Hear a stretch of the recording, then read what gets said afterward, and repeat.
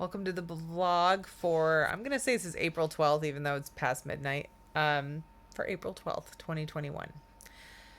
So today, I've been wanting to get to bed earlier because it helps me feel better all over. It helps with anxiety, it helps my gut, it helps my energy level, it helps me think clear. Um, and it's not a very exciting habit to shift, but it's been working until this last like week. I think maybe it's our vacation still threw me off a little bit, but basically, last night I had a deadline that was sprung on me in the middle of the day. I got it done at 2, 1 a.m., 1:30, something like that. It was 2 when I crawled into bed. I am operating off of like zero caffeine. I mean, I've been doing a little green tea and the occasional cup of coffee. It's not even daily. I do matcha almost every day. So that's my little bit of caffeine, I guess. No chocolate. No, yeah, no real coffee. So no black teas or anything like that. Shift my hand here. So yeah, I managed, and no snacking.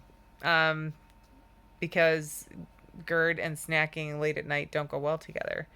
So yeah, that was that was last night. And then I woke up this morning, was getting the kiddo ready for school. She kept complaining she had a tummy ache. Not uncommon. Usually it's gas, constipation or something. But actually threw up on her way out the door 10 minutes before school. So canceled school for the day and ended up hanging out with a sick kid. I had bought some gym equipment off of a guy on Facebook Marketplace. I was like, "Can you deliver? I'll throw you an extra $40." So he did, and that was amazing. I really appreciated that.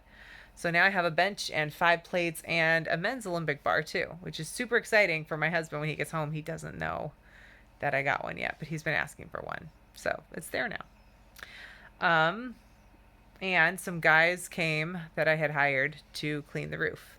Man, that is backbreaking work. Those guys worked from like 9:30 in the morning until at least 5. I left to go pick up groceries at 4:45, and I left them their check and their tip, and they were finishing up.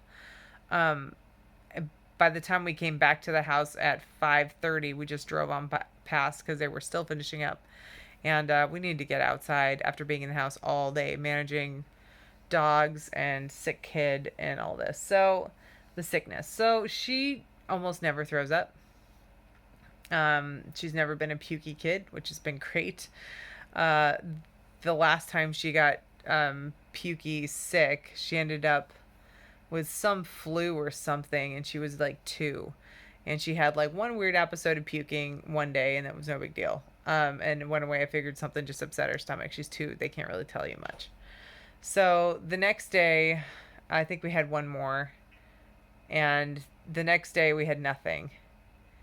And then the day after that, we had 2, but we were on our way to a camping trip with the family. And after each one, she said she felt better. I mean, she could nod. So I'm like, okay, if she doesn't puke again, we're fine. So she was great that night. So and we were organizing the family reunion camp out. It was a big deal for my husband's family. Um, and anyone who makes anyone with a baby go camping is crazy because for mom, I guarantee it's not so much fun. Um, yeah. So anyway, so the next day, my husband left with one of his sisters to go run some errand in town or something before camping or before during the camp out, and Inara could not stop throwing up at all. She couldn't keep water down. She couldn't keep ice down. It was really bad. All she was doing was sleeping. So when he got back, we got in the car and we went to the ER because a dehydrated 2-year-old is really bad news. So said they were very glad we brought her in when we did. Otherwise, she would have had to have an IV, and getting an IV in a kid that age is really rough. She went on Zofran and was able to keep apple juice down, and we just called it. We came home. Where we're going to go back and set up our tent again while the kid is sick and miserable? No. So I am hoping this was just a one off fluke. She felt pretty good later in the day. We got outside and played a bit at a park after we picked up groceries, so that was cool. And she had a bout of constipation tonight, which bothered her belly, but she said she felt better when she went to bed. However, she didn't get to bed till 10. Thank you for constipation. So I took a bath because I wasn't going to let that upset stomach she had derail me from my bath tonight.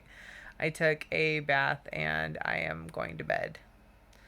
Um, we're still kicking around a lot of schooling ideas. The few minutes I get to talk to my husband right now, which is really rare that I get to talk to him at all. There'll come a point where he can't contact me, so kind of running through scenarios in our head about it anyway. And I think we're leaning more towards homeschool with a supplement of forest school, 3 days a week. They have a 4 to 7 year old class. So she would still do the academics via homeschool, and then she would have lots of human contact outside of that. And we'll fill up the schedule with lots of educational, fun, recreational connection stuff. Hopefully, this will only be 1 year. The other idea is to send her to public school, see how she does. We could always pull her back out and do homeschool.